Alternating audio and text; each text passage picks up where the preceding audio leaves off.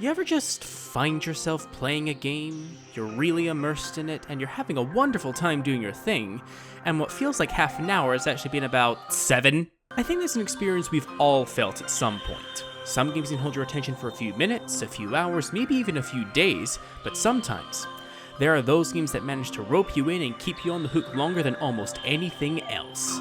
I'm pretty sure every one of us has had a game that feels like this to us, and it truly can be a wonderful experience. It can be from a lengthy and expansive game, a game cloaked in nostalgia and good memories, ones that connect you with friends and other people in your life. There's tons of reasons we as gamers can lose large parts of our lives to these digital experiences. And I, for one, am happy to look back upon the games that have consumed the most time for me throughout my 2 decades of life. However sad it may be to look back at myself and see how much time I've wasted with all of these. Is this a total non-topic that's completely arbitrary and ultimately pointless? Yep, you're damn right it is, but I'm just here to have fun at the end of the day, so let's get this thing kicking!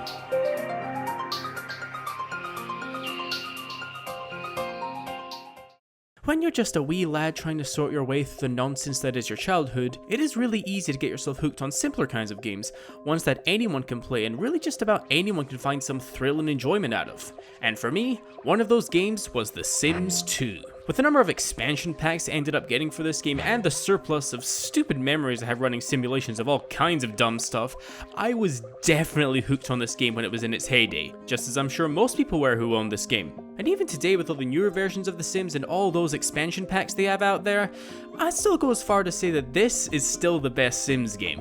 When you really get down to the bare bones of it, I think the main reason I sunk so much time into all of this was the whole idea of being like a scientist watching a rat in a cage. You create your own group of characters, plot them all into a neighborhood together, and just see what happens between them. How they interact with each other, what relationships form between them, how frustratingly yet ridiculously stupid your creations are, all to see how the chips fall into place. Or you could just, I don't know, play God and just make them do whatever the hell you want them to do. Or even set up games or death scenarios for the characters you make. Video games don't encourage negative behavior. I don't even know what you're talking about, mate. It's ridiculous. All those times I dragged myself out of bed in the morning and all the times I stayed late into the night to play this game in my youth are still snugly in my mind. However embarrassing that may be to admit. And really, I wouldn't have it any other way.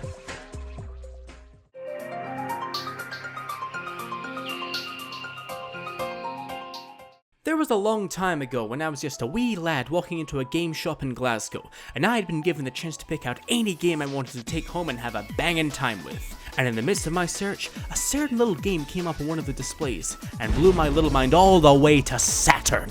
Soon enough, I was home playing that very same game, Sonic Heroes. Oh boy, I lost a good deal of my childhood to this little oddball of a Sonic game. All the different teams to play as, all the levels to power your way through, showing off the superpower of teamwork, drinking in that, stellar story and voice acting.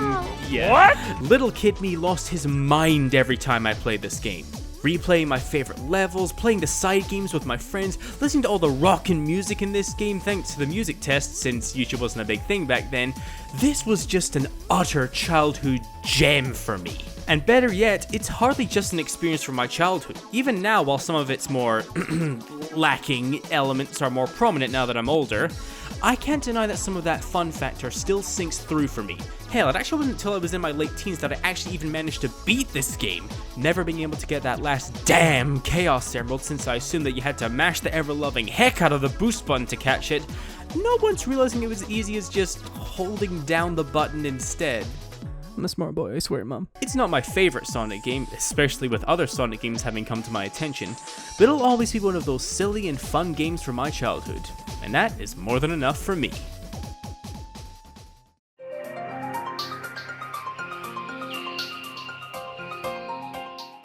A game that ruled over some of the biggest gaming channels on YouTube for a while, and one that's still getting new levels to this very day, we got Super Mario Maker. The myth, the meme, the legend. Ever wanted to make your own super unique Mario level? Of course you do! Why do you think there are thousands of fan mods and fan games all over the internet? Nintendo saw these fan levels and mods and were like, you know, we could kinda get in on this. And lo and behold, this gem of a game came into being and it printed money for Nintendo and content creators all over the world! Still, all jokes aside, this whole game is kind of a marvel. With such an extensive toolkit to construct your own Mario levels with, there's literally almost endless combinations to what a creative designer can make. Unfortunately, I'm not one of those creative people, but that's where playing everyone else's levels come into the mix. I'm pretty sure with all the thousands and potentially millions of levels that all the fans of this game have made, you can lose weeks and months of your life getting your way through just a tiny percentage of all these levels. And I had plenty of fun trying out all the cool things people managed to create. The auto Mario levels, the tricky puzzles and mind-bending challenges, even the stupidly hard rage-inducing ones that all those YouTubers milked for that sweet, sweet ad revenue. And yeah, I did spend a fair bit of time trying to get my way through some of those hard levels and prove my salt as a Mario player, even though those attempts mostly ended in me quitting and sulking off in a corner somewhere. Some people are just really mean and like to make people suffer. It's a good tackling for that eventual Switch port. Several hours and several days have been lost to the void for me after playing this game, and I barely scratched the surface of how deep Mario Maker really goes. And with the Wii U's death looming very close on the horizon, it seems that Mario Maker's demise is going to follow shortly afterwards. An excellent idea that gave me one hell of a good time.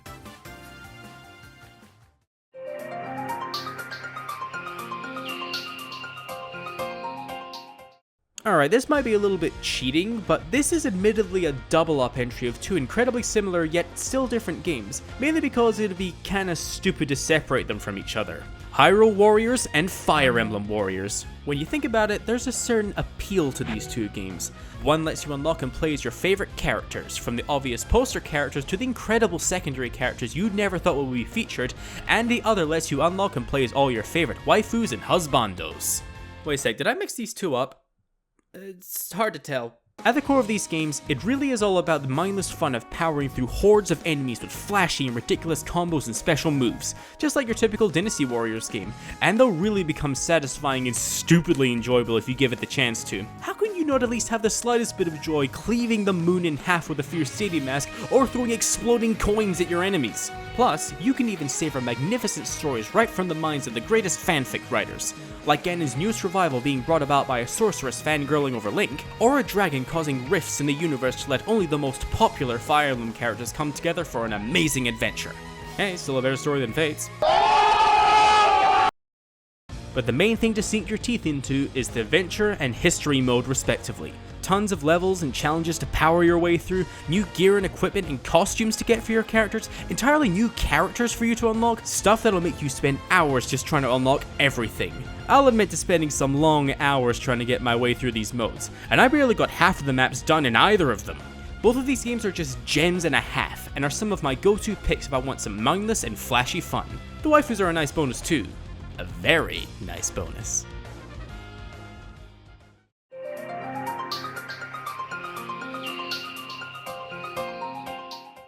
Freaking Animal Crossing. It just really is one of those perfect games to get your life sucked away with, isn't it? Animal Crossing New Leaf certainly pulled that sort of shtick with me, that's for certain. At points in the last few years, playing New Leaf was basically a daily routine for me, especially when I was dealing with the stresses of final exams and such. It's a really interesting anomaly of being such a small experience, yet such a huge one at the same time. Tasks and objectives that are normally boring, mundane, and even hated in other instances are actually the strongest and most engaging part of New Leaf and the whole Animal Crossing series for that matter. Talking to the different villagers you have around your town, doing all manner of busy work and monotonous chores, decorating yourself, your house, and your town, menial jobs that manage to be the best part of the experience, all thanks to the unique charm and positive energy that simply radiates from this game. All those pesky and annoying things in real life just seem to melt away when you let yourself get lost in this little world made just for you. The world your oyster to do whatever you wish in. This really is a chill and downtime sort of game for me. Something I can throw on whenever I need a break from a task or to just enjoy something a little more calming and happy. It's an easy way of de-stressing while running around catching some bugs or fishing up some fish, or just hanging around and talking to some villagers. It's charming, relaxing, laid back and rewarding, and so damn easy to lose track of time as you go about your day. Admittedly, I don't play it as often as I used to anymore, but still, it'll keep its place in my mind as a lovely little game that's gotten me through some hard times. I can only hope Animal Crossing Switch can give me the same smiles that New Leaf did. We'll just have to wait and see.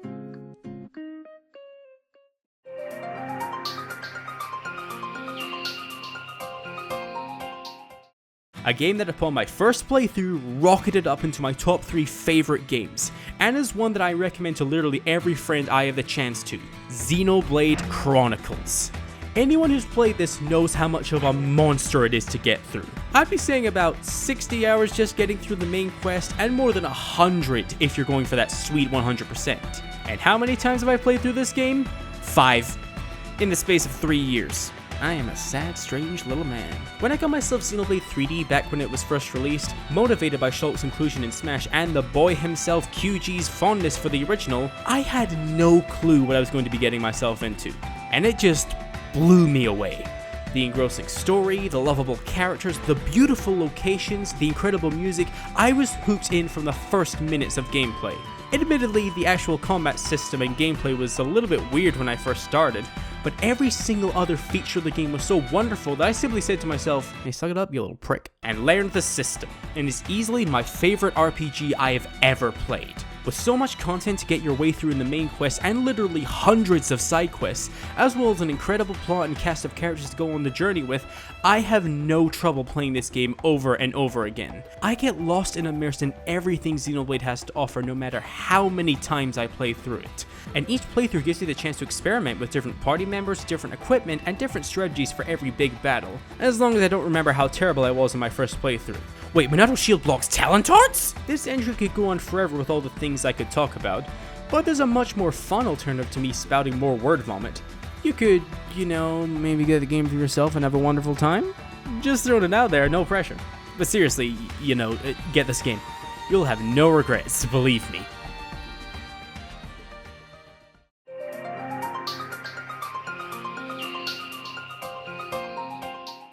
Anyone who's been with me in this channel for any length of time should know my favorite game is going to be on here somewhere. And so, Twilight Princess falls just ever so short of this top 3. Sure, Xenoblade is a much bigger and longer game, and it's also bordering being in top spot of my favorite games, but I've only had Xenoblade since 2015. Twilight Princess, on the other hand, has been with me for over 10 years now, and my love for this game hasn't wavered in the slightest. 5 full playthroughs might have been quite a lot before, but I can't even count how many times I've played through Twilight Princess. It propelled me into being a full-on Zelda fan, and in turn pushed my love and enjoyment of gaming up to the level it is today. This is one of those games that I will gladly pick up and play my way through at a drop of a hat, regardless of how I'm feeling or what exactly is going on in my life. Mainly because there's not a single part of this game that I do not enjoy. Dungeons, the overworld, combat, cutscenes, story, characters, music, locales, minigames, boss battles. Every moment of this game does nothing but bring me happiness and joy. I find all the gameplay fun, enjoyable, and endlessly rewarding. Dungeons are well thought out and beautifully themed with gorgeous environmental factors. The plot and interaction between characters are engrossing and amazing, especially all the things involving Midna, and the way the game looks and sounds always manages to warm my heart. Also, the weird and crazy world and character designs just add so much to Twilight Princess's charm. I mean, just look at this little bastard. He's a bloody entrepreneur with a top-notch business. What's not to love? It's far from a perfect game, and the bumps in the road become more and more visible as I get older. Yet I still have no problem calling it my favorite game. Whether it be on the Wii like it was through my childhood, or on the Wii U in its remastered HD and Hero Mode version, I love this game to utter bits. As much as I adore Twilight Princess though, there are other games that have sapped more of my life than this one. These 3 are the real life-consuming games for me.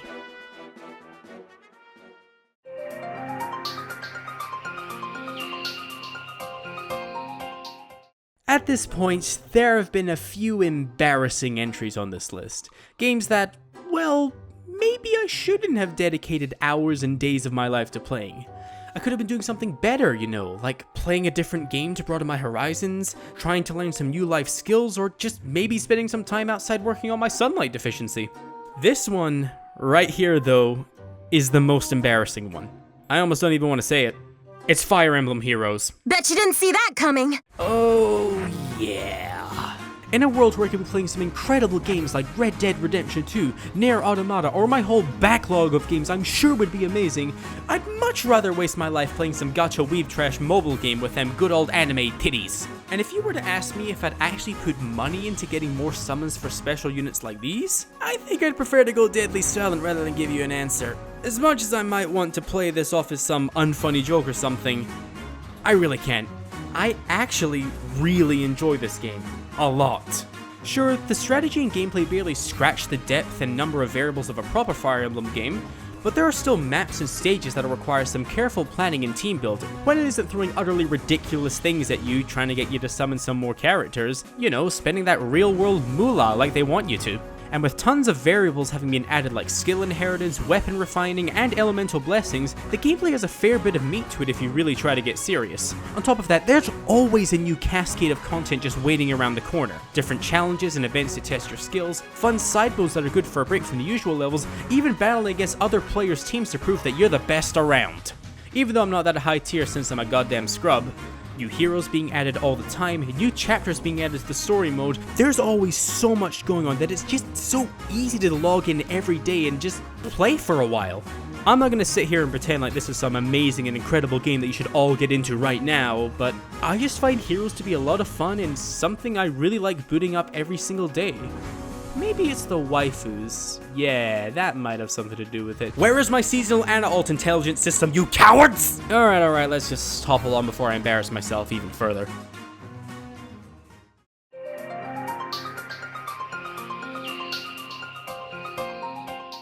This one was incredibly close to making it to number 1. It really truly was. An entire game series that has dominated my gaming library since the earliest points of my life, Pokémon. Yeah, I'm putting the entire goddamn series on here, mainly because I can't decide on a single one of these games that have drained my life away, since they all have over the years. From generation to generation, console to console, new releases to remakes, all of them have been some of my most highly played and beloved games, just from the sheer amount of fun and great memories I have with them. From trading and battling my friends over our Game Boy Link cables with our favorite Pokemon as a kid, to going online and interacting with people all across the globe, you're looking at a boy who's been a Pokemon fan since I was able to hold a controller.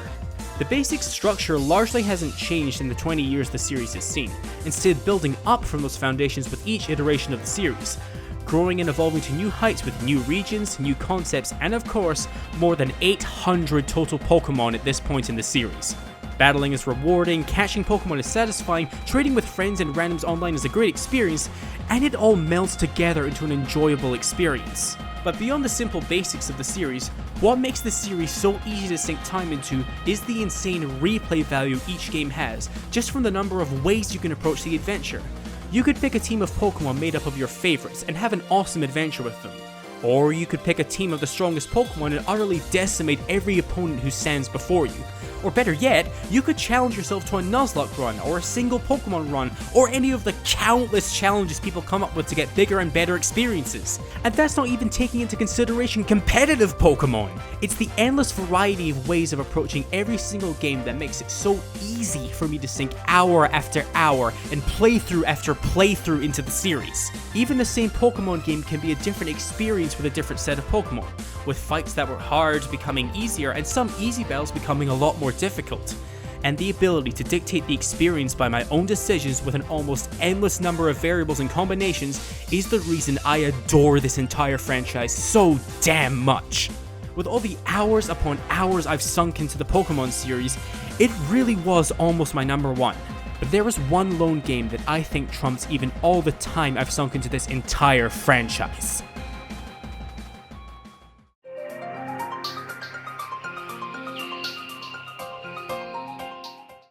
This game. God damn this game. This one has been ruling my life for years now, and I'd not have it any other way. Smash 4.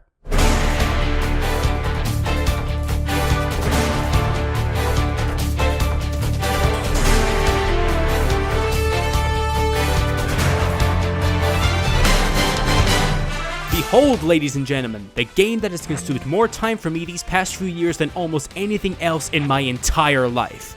I wish I was kidding. Putting it in the simplest terms, I absolutely freaking love this game. My experiences with Smash began with Brawl back in 2008, and it did take up quite a bit of my time throughout my high school life with my friends. But when I got Smash 4 and got into university, I kicked everything into overdrive. Serious one-on-one matches with no items was a staple of me playing Smash even back in Brawl, and that only intensified as I had the chance to participate in more events. Forgetting all of that for a moment, there is so much to get out of this game. With more than 50 characters to choose from, so many matchups and intense battles can be fought out, different characters needing different strategies and techniques to effectively counter, and each fighter requiring different game plans and styles to bring out their full potential. And with the hours I've put into this game, I can say I at least have a basic competency with every single fighter in this entire roster. Not to say I don't have my own set of characters I main, as well as characters I'm more than happy to mess around with for fun. Smash 4 is a game I've put countless amount of time into from the day of its release all the way to today. I'm always booting up the game every few days, either to practice some of my techniques and combos with my characters, or hopping on 4Glory in hopes of finding a solid player and solid connection.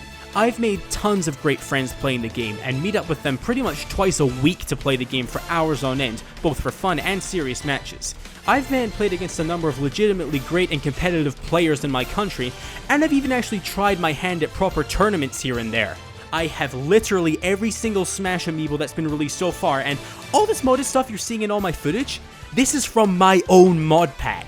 I play this game so damn much, I made my own mod pack. Hell, if I spent half the amount of time I spend playing this game working on videos and other content, I might not be a dead channel right now. It's not a flawless game by any means, trust me, there is so much here that I would change in a heartbeat. But the amount of great experiences, awesome friends, and incredible fun this game has given me leaves me with no regrets with how much time I've poured into it.